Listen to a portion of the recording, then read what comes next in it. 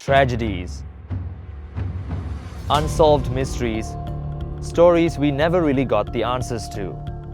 But as Malaysians, these stories are need to know, and they mustn't be forgotten.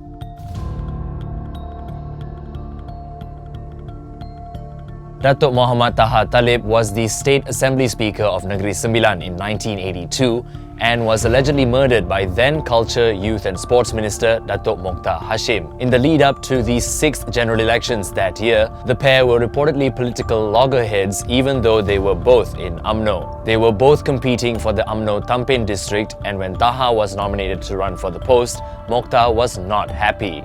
On April 14th, 8 days before the election, Mokhtar, along with 4 accomplices, had driven to Taha's home in Kemenceh, Negeri Sembilan. And not long after Taha had come out to see who it was, his wife heard 2 gunshots outside. The minister's body was later found with 3 bullet wounds in his head, chest and thigh.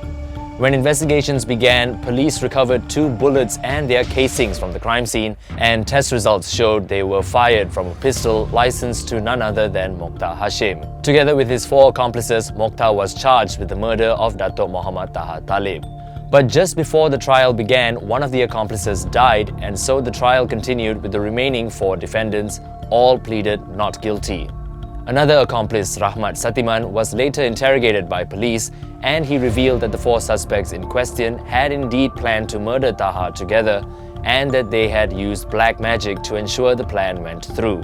Things got shadier after the prosecution called a witness, school teacher Abdullah Ambek, who admitted he was there when the murder was being planned. He added that Mokhtar convinced them police wouldn't take action against the minister, and also admitted to seeing a gun in Mokhtar's hand.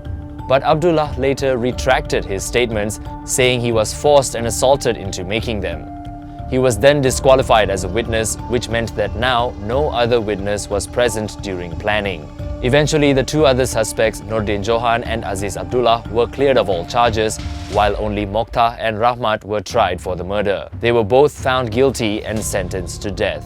In 1984, Rahmat appealed his sentence, and his conviction was set aside on grounds that his statement wasn't given voluntarily, as he had earlier claimed that he was tortured into giving information. Meanwhile, Mokhtar's sentence was reduced to life in prison.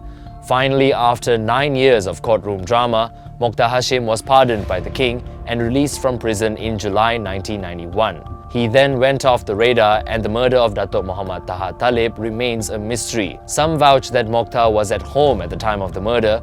Others say his brother killed Taha and Mokhtar took the fall. There were also rumors that something bad had happened to all 4 witnesses who testified against Mokhtar. One was run over, the second went bankrupt and lost his mind, the third committed suicide, while the 4th suffered a stroke and became completely paralyzed. However, these are all just stories, and there's no telling what actually happened.